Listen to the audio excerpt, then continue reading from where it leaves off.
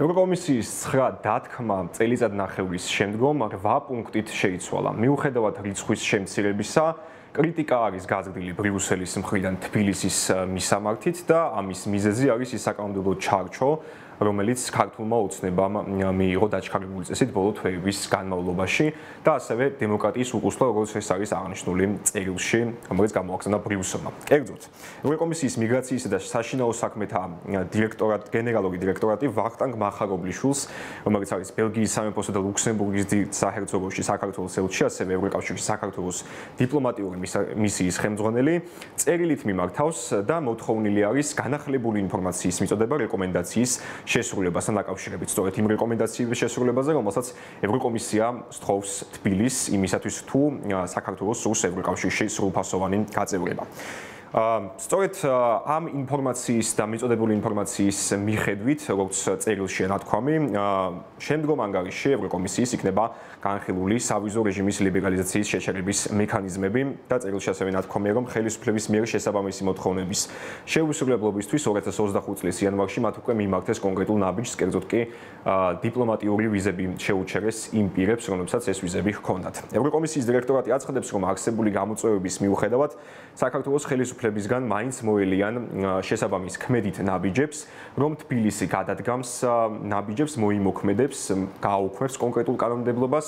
საუბარი არის ეგრეთ წოდებული გამჭვირვალობის კანონზე და ასევე ოჯახური ღირებულებებისა და არასრულწლოვანთა დაცვის შესახებ კანონმდებლობაზე, რაც ქართულმა ოცნებამ წინააღმდეგობის გარეშე, თუმცა საერთაშორისო პარტნიორების კრიტიკის ფონზე მიიღო.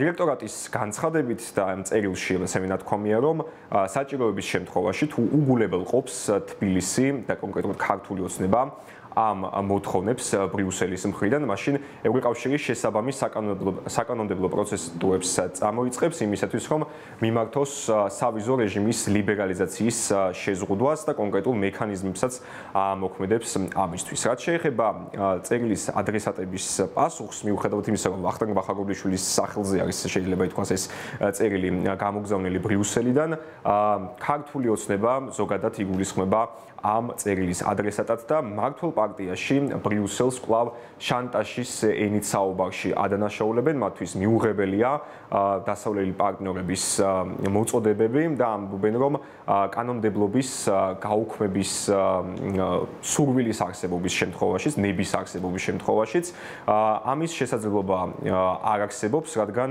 დათქმული ვადა ბრიუსელისგან არის 31 აგვისტო, ხოლო პარლამენტი საშემოდგომო სესიას იწყებს 2 სექტემბრიდან. კონკრეტულად ამაზე საუბრობს ლევან მახაშვილი, რომელიც არის პარლამენტის ევროპასთან ინტეგრაციის კომიტეტის თავმჯდომარე. ის ამბობს ასევე, რომ სავიზო რეჟიმის ლიბერალიზაციის გაუქმების საფრთხე არ არსებობს და დასძენს, რომ ეს საუბრები ბრიუსელის მხრიდან არის უსაფუძვლო, იქიდან გამომდინარე, რომ როგორც ის ამბობს, საქართველოს ხელისუფლება კონკრეტულ ნაბიჯებს დგამს იმისათვის, რომ უვიზოთ ევროპაში მიმოსვლა მოქალაქეებისთვის იყოს შესაძლებელი.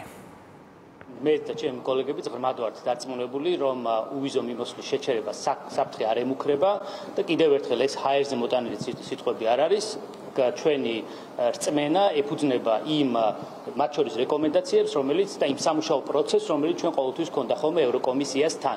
და ჩვენ ასეც გავაგრძელებთ, ჩვენ გუშინაც ვახსენე, ამ წერილს რა თქმა უნდა შევისწავლით, გავაანალიზებთ, ნახავთ რა შეიძლება გაკეთდეს, დამატებით რა შეიძლება გააკეთოს, მაგალითად შინაგან საქმეთა სამინისტრომ, რა შეიძლება გააკეთოს იუსტიციის სამინისტრომ და სხვა უწყებებმა იმისთვის, რომ ევროკავშირის არც ერთ წევრ სახელმწიფოს არ ქონდეს იმისი განცდა, რომ უვიზო რეჟიმის გამოყენება შეიძლება ბოროტად იყოს გამოყენებული ეს სისტემა ვიღაცეების ან ორგანიზაციების ან ქვეყნების მიერ, რომ საფრთხე შეუქმნას ევროკავშირის მოქალაქეებს.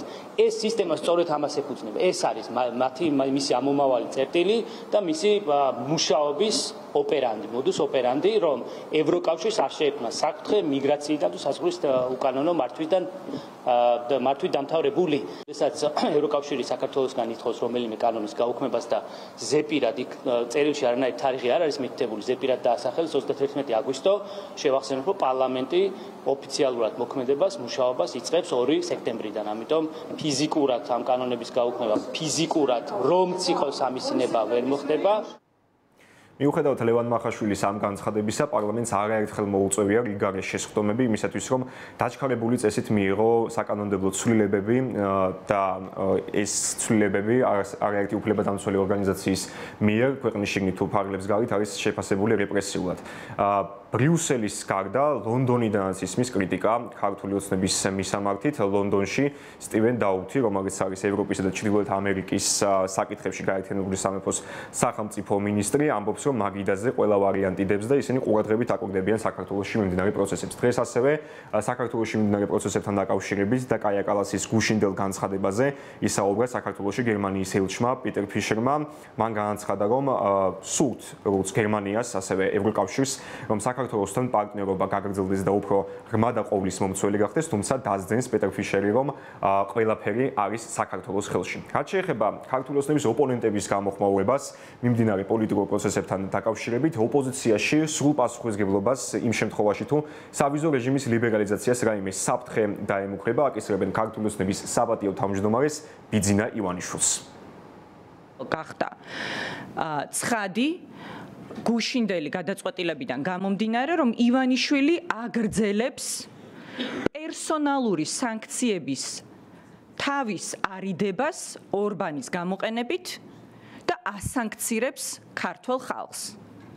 საფრთხის წინაშე აყენებს უვიზო მიმოსვლას და შესაძლებელს ხდის, რომ 3 მილიონი ქართველი დასანქცირდეს იმის გამო, რომ მან თავიდან აიცილოს პერსონალური სანქციები და კარგად რომ გვესმოდეს, პერსონალურ სანქციებს, ანუ ივანიშვილზე სანქციების დაწესებას სჭირდება კონსენსუსი, ანუ ყველა წევრი ქვეყნის თანხმობა, 27 წევრის და მათ შორის ორბანის, ხოლო უვიზო მიმოსვლის შეჩერებას სჭირდება მხოლოდ კვალიფიციური უმრავლესობა და ამ გადაწყვეტილების მიღება შესაძლებელია ევროკავშირისთვის ვიქტორ ორბანის გარეშე. ძალიან მკაფიოდ გამოჩნდა, რომ ევროკავშირი და ქართული ოცნება არის შეუთავსებელი. შეუძლებელია ეს ორი ერთად. და ჩვენ კარგავთ არა მხოლოდ ევროპის პერსპექტივას, არამედ კარგავთ ქართული ოცნების პირობებში იმ მონაპოვარსაც, რომელიც 10 წლეულების ბრძოლით არის მოპოვებული და რომელიც საქართველოს ყველა მოქალაქისთვის არის ძალიან მნიშვნელოვანი. ეს არის უვიზო მიმოსვლა და ის სიკეთეები, რაც მიუხედავად პოლიტიკური პოზიციისა, რომელ ბანაკშიც არ უნდა იყო, ყველასთვის არის ძალიან მნიშვნელოვანი. ამ ბრძოლის ერთადერთი გზა ეს არის წინააღმდეგობა, ართანამშრომლობა, ამ რეჟიმის იზოლაცია და დემონტაჟი. დღევანდელი ოცნება ფიცოსა და ორბანის დახმარებით ევროკავშირში იღებს იმ გადაწყვეტილებას, რომ ოღონდ თვითონ არ დასანქცირდნენ ადამიანები, რომლებიც ამდენი წლის განმავლობაში კორუმპირებულები არიან ხელისუფლებაში და დასანქცირდეს ქართული ხალხი. მე მოლოდინი არ მაქვს იმის, რომ ოცნებაში ეხლა ვიღაცას გონება გაუნათდება და საქართველოს და ქართული ხალხის ინტერესებს დააყენებს წინ, ვიდრე საკუთარი პირადი ინტერესებს და საკუთარი ფულის წინ ქართულ ხალხს დააყენებს. სამწუხაროდ ოცნებამ დღეს ამ მოცემულობამდე მოგვიყვანა. სულ ცოტა ხნის წინ განცხადება გაავრცელა 40-მდე არასამთავრობო ორგანიზაციამ ერთობლივ განცხადებაში ნათქვამია, რომ სავიზო რეჟიმის ლიბერალიზაციის შესაძლო შეზღუდვასთან დაკავშირებით ისინი სრულ პასუხისმგებლობას აკისრებენ ქართული ოცნების საპატიო თავმჯდომარეს ბიძინა ივანიშვილს. წერილში ნათქვამია, რომ საქართველოს მოქალაქეებმა უვიზო მიმოსვლის უფლება მოიპოვეს არა ხელისუფლების, არამედ მთელი საზოგადოების ძალისხმევით და ეს არის ქართველი ერის მონაპოვარი, რომელიც მრავალი წლის და მრავალი საუკუნის განმავლობაში არაერთი გზით გაიარა, რთული გზით გაიარა ქართულმა ხალხმა. ეს იყო ქართველი ხალხის სურვილი, ასევე წერილში ნათქვამია, რომ ბოლო წლებში ივანიშვილის ხელისუფლების მოქმედებები არსებითად ცდება იმ ჩარჩოებს, რაც ევროკავშირთან არის თავსებადი. ამ კონტექსტში კი არასამთავრობო ორგანიზაციები ასახელებენ საკანონმდებლო რეგულაციებს, რომელიც მათივე შეფასებით არის რეპრესიული, ასახელებენ ასევე მათი შეფასებით კრიტიკული მედიის დევნას და სამოქალაქო საზოგადოების ჩახშობის მცდელობას. ასევე იმ შემთხვევაში, თუ საქართველოს მოქალაქეებისთვის უვიზო მიმოსვლა შეჩერდება, ამაზე ისინი, როგორც წერილში წერენ, სრულ პასუხისმგებლობას აკისრებენ ქართული ოცნების საპატიო თავმჯდომარის ბიძინა ივანიშვილს და ასევე აცხადებენ, რომ ბრძოლას არ შეაჩერებენ მანამ, ვიდრე არ გახდება საქართველოს ევროკავშირის სრულუფლებიანი წევრი. საქართველოს კი ევროკავშირთან უვიზო მიმოსვლის შესაძლებლობა აქვს 2017 წლიდან 27 წევრ სახელმწიფოში ევრობლოკისა საქართველოს მოქალაქეებს, ბიომეტრიული პასპორტის მქონე მოქალაქეებს აქვს გადაადგილების უვიზოთ მიმოსვლის შესაძლებლობა და ეს არის პრივილეგია არა მხოლოდ ტურისტული, არამედ სხვა მოქალაქეებისთვის, მათ შორის სტუდენტებისთვის, ვისაც მოკლევადიანი გაცვლითი პროგრამისთვის სურთ განათლების მიღება.